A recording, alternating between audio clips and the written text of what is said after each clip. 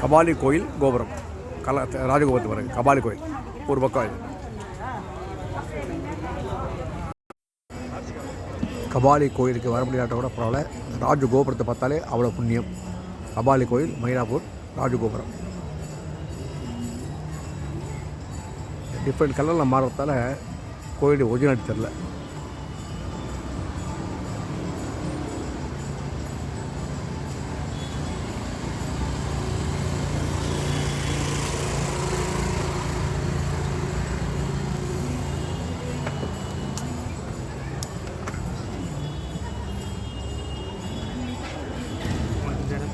ஜெய் சிவாய.